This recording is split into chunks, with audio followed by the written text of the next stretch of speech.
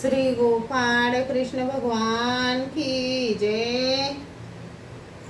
लीळा number 181। भट्टोबासांच्या पाठीवर आरोहत गुंफेत पूजा वसर।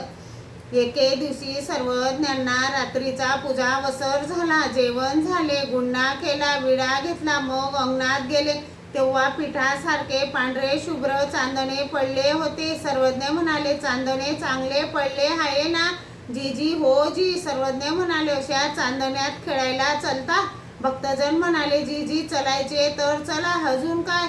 सर्वज्ञ म्हणाले, तर मग आमचा घोडा कोण होईल? कोणी म्हणाले, मी होईन, कोणी म्हणाले, मी होईन। तेव्हा भट्टोबास म्हणाले, जीजी घोडा मी होईन। सर्वज्ञ म्हणाले, हा शोभतो राजाचा घोडा। पुन्हा सर्वज्ञ म्हणाले, जा पाहू बाईसांकडून तयारी करा। मग बाईसाने तयारी केली। तेवढ्यात सर्वज्ञांनी उपरणे व्यवस्थित केले, सदऱ्याच्या बाया वर केल्या। भट्टोबासांनी दोन्ही हात, दोन्ही पाय व कमरेभोवती कपडे व्यवस्थित बांधले। सर्व भक्तजनांनी तसेच व्यवस्थित कपडे बांधले।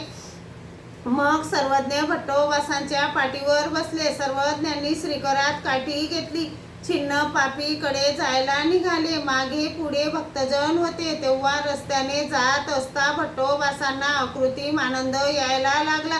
त्या आनंदाच्या भरात भट्टोबास घोड्यासारखे किंकाळायचे। घोड्याच्या चालीप्रमाणे दुटकत चालायचे, कधी चमकून थपकायचे। रस्त्याने रामनाथाच्या देवळाच्या पश्चिमेला सर्वज्ञ भट्टोबासांच्या पाठीवरून उतरले। त्यांचा खांदा तोपटला, बैठक व्यवस्थित केली व पुन्हा त्यांच्या पाठीवर बसले। मग सरळ रस्त्याने सिंहस्थळीकडे गेले। तेथे सर्वज्ञ उतरले, भट्टोबासांची पाठ थोपटली। मग सर्वज्ञ सिंहस्थळीवर बसले। भक्तजनांनी सोबत विस्तव घेतलेला होता।